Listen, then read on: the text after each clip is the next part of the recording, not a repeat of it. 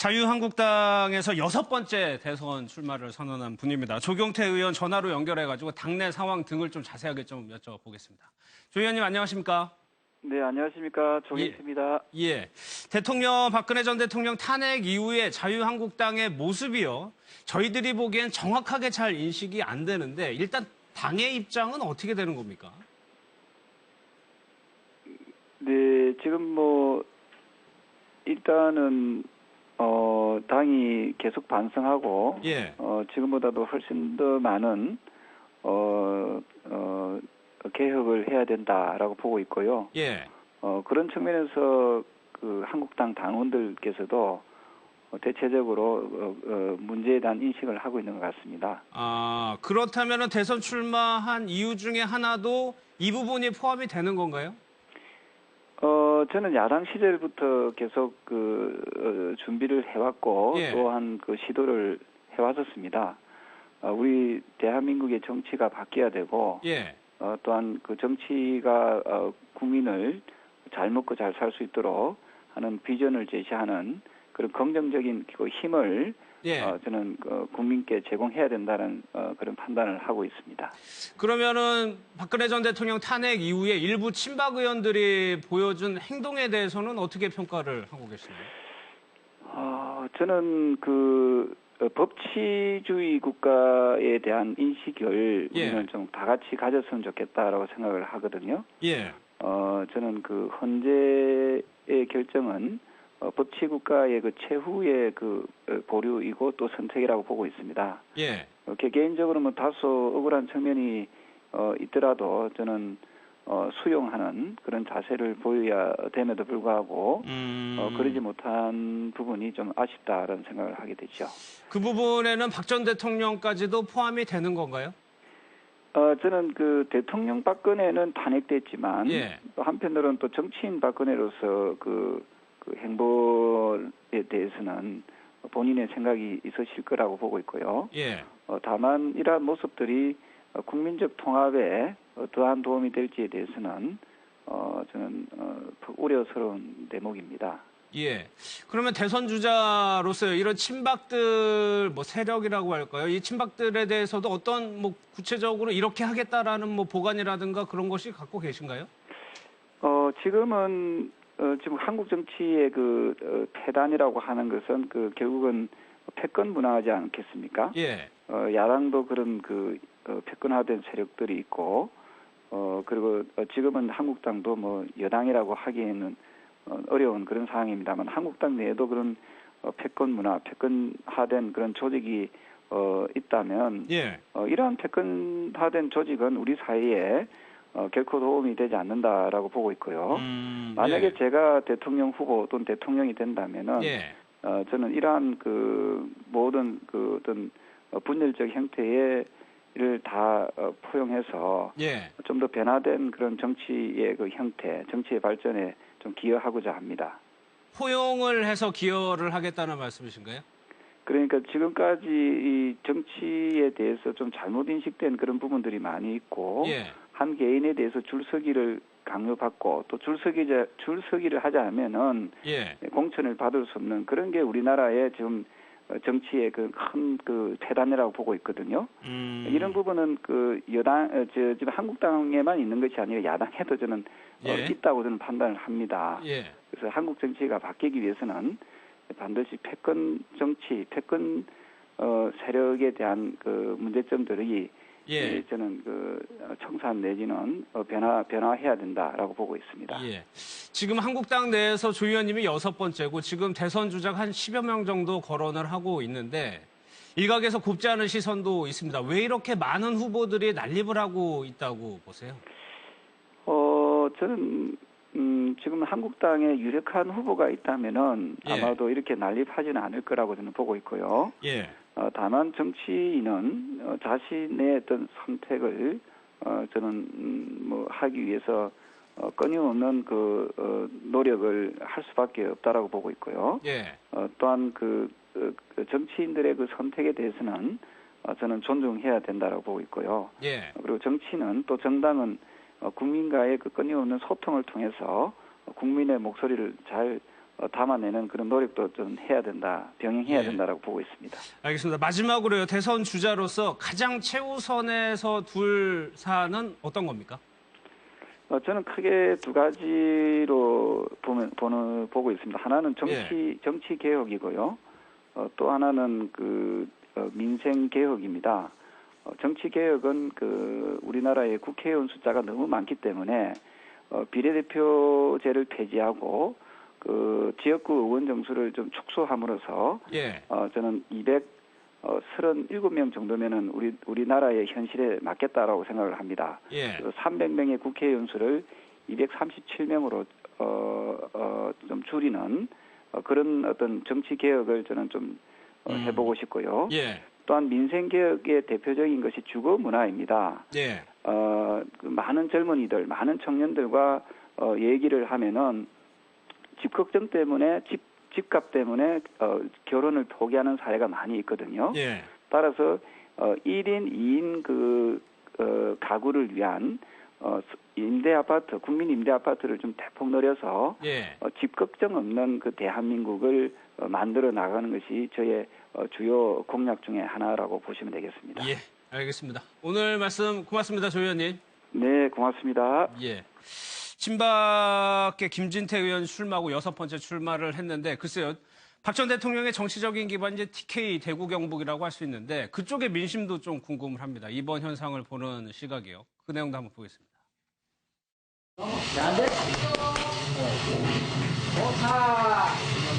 나 잘됐다고 봅니다. 마땅하게 돼야 됩니다. 국가를 위해서요. 하고도 대면을 안 하려고 한 사람이 어째 민간인하고는 그렇게 친절하게 그래 해가지고 온 나라의 국민이 하루 이틀 다 이거 얼마나 시달리고 있어요 이게. 마음은 좀 안 좋아해. 안 됐고 좀 그런 점이 있고 와 그렇게 자기가 똑똑한 사람이 그런 어리석게 그런 행동을 왜 했나 싶은 생각. 박 전 대통령이 무엇을 하든 지지를 받아야 그게 힘을 얻는 것인데 최 변호사께서 보시기에 TK 정서가 어떻게 변하고 있습니까? 그렇습니다. 이 부분과 관련해서 저도 개인적으로 대구입니다. 아마 지금 달성군에 찾아가는 것은 박근혜 전 대통령의 어떤 정치적 고향이고 예전에 국회의원 했던 지역이기 때문에 그 지역 민심을 지금 듣는 것 같은데요. 제가 대구에 있는 민심을 해도 특히 보면은 젊은 분들 같은 경우에는 탄핵 찬성 의견이 상당히 많았습니다. 다만 탄핵이 되고 난 이후에는 조금 민심이 변동하는 것을 보고 있는 것 같은데요.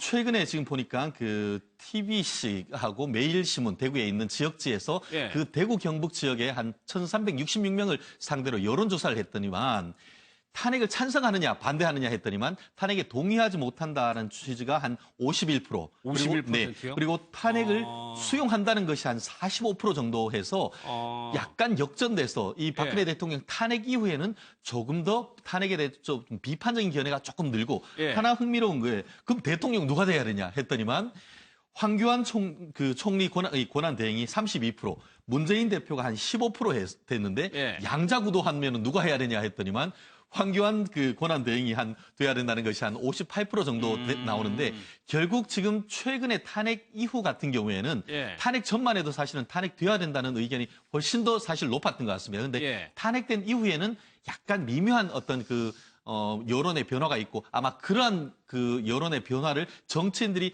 특히 친박 의원들이 감지를 하고 상당 부분 거기에 대해서 어떤 대통령을 위한 것이건 아니면 자기의 정치적인 어떤 미래를 위한 것이건 그와 같은 것이 민심을 조금 반영하는 측면도 없지는 않은 것 같습니다. 탄핵 반대 여론에서 높았다. 저는 이래 봅니다.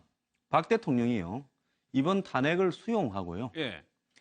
그리고 본인 스스로가 국민 앞에 진솔하게 사과를 하고 갔더라면 탄핵 이후에 이 여론의 변곡점이 확실하게 나타났을 것이다.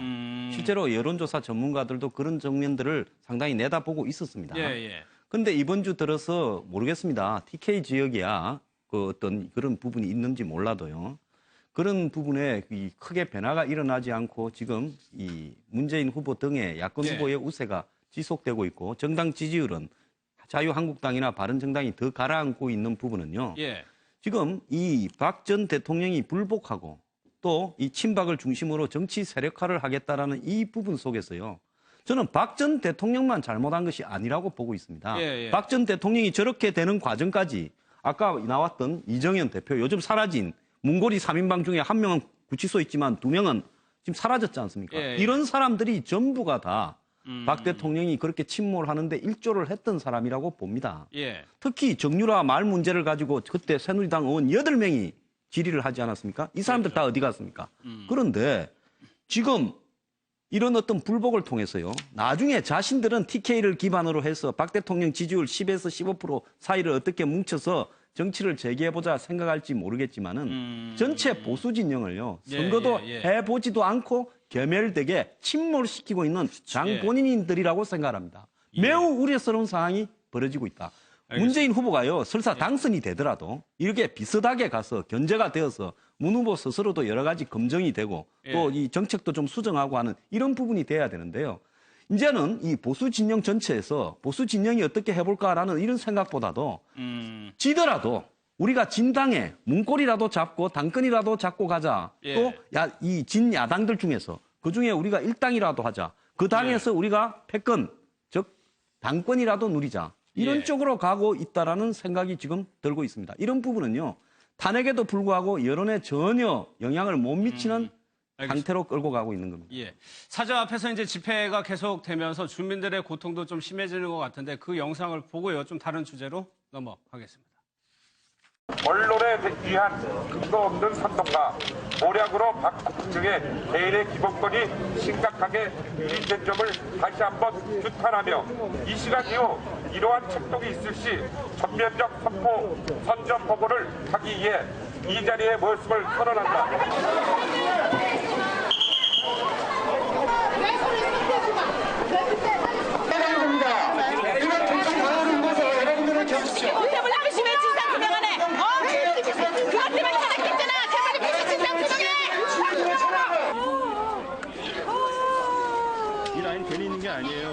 불안하지 않으세요? 불안해서 지금 데리러 왔어요.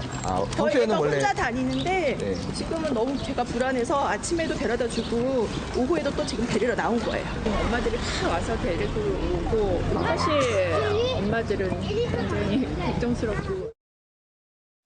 저기 사저 앞이 바로 초등학교. 네, 삼릉초등학교. 그러니까 지금 며칠 전에 그러니까 전 언론이 중계를 했잖아요, 위에서. 저 사저 앞에. 그 일방통행에 검은 차가 이제 쭉 오고 지지자들이 있잖아요. 근데 그게 어린이 통학로예요. 바로 통학로입니다. 그래서 그 차도 사실은 30km인가요? 그 이상으로 달리면 안 되고. 그 지금 삼릉초등학교 이쪽으로는 사실 L자로 시작되는 아파트 단지고 다 저기가 주택가예요. 그런데 사실 주택가에서 저렇게 매일같이 지금 시끄러우니까 시민들이, 거기 주민들이 제발 너무 시끄럽다라고 조금 진정해달라고 하는데 바로 조금 전에 보셨듯이 막 욕설이 나오고 뭐 난리가 나고 사실 저기 사신 분들은 지금 완전히 정말 이 자신의 어떤 일상의 삶이 파괴되고 있어요. 그래서 급기야는 이 학교에서 가정통신문까지 했는데 당분간 등하교는 후문, 그러니까 사저가 후문 바로 앞에 있으니까 후문으로 하지 말고 정문으로만 다녀라.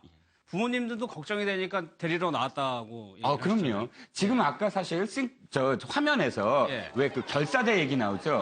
그거 좀 설명을 드리면 결사대를 조직했다는 측은 탄기국과 별개다, 자기들은. 이렇게 주장을 해요. 탄기국에 포함되지 않았다. 우리는 탄기국과 별개의 조직이다. 라고 지금 이야기하는데 흐름이 그 안에서도 자기네들이 이번에 뭘 공언했다. 이렇게 다툼을 벌이는 형국이에요. 그러니까 지금 보면은 완전히 좀 무법천지예요. 어떤 의미에서 집회, 태극기 집회는 주최 측이 있잖아요. 주최 측이 있고 조직화돼서 뭔가를 했다고 한다면 지금 저 상황은 좀 난립해 있는 상황. 그래서 서로 그냥 뭐 누가 어디 있고 누가 어디 있고 이런 조직화된 상황이 아니기 때문에 더 돌발 상황이 더 많이 벌어질 수 있는 상황이에요. 조만간 경찰에서 이 집회 제한 금지를 할 겁니다. 우리 집시법에 근거가 있는데요. 그러니까 그 제한하고 금지를 통고할 수 있는 기준 중에는 그 학습권을 침해당했을 때 주변에 학교가 있어서 학습권 침해가 우려가 있고 주거 지역이어서 사생활의 평온을 유지하기 어려울 경우에는 그 거주민이나 그 학교 관리자가 보호 요청을 하고 그러면 이 부분 집회를 제한할 수 있다라는 규정이 있거든요. 아마도 하루 이틀, 2, 3일 정도는 사실은 뭐 거주하는 사람들도 참고 견딜 겁니다. 근데 이게 일주일, 2주일 연결되면 사실은 굉장히 어렵거든요. 그런 경우에는 다른 지역에서 사실은 이런 정치적 의견을 표명하는 게 맞겠다. 그리고 사실 박 전 대통령도 이 상황이 잠을 못 잔다고 하지 않습니까? 다른 주민들이 시끄러워서 박 전 대통령도 마찬가지라고 생각돼서 조금 감정을 누그러뜨리고 이런 주거 지역에서 집회 시위는 조금 더 절제할 필요가 있지 않을까 싶습니다. 알겠습니다.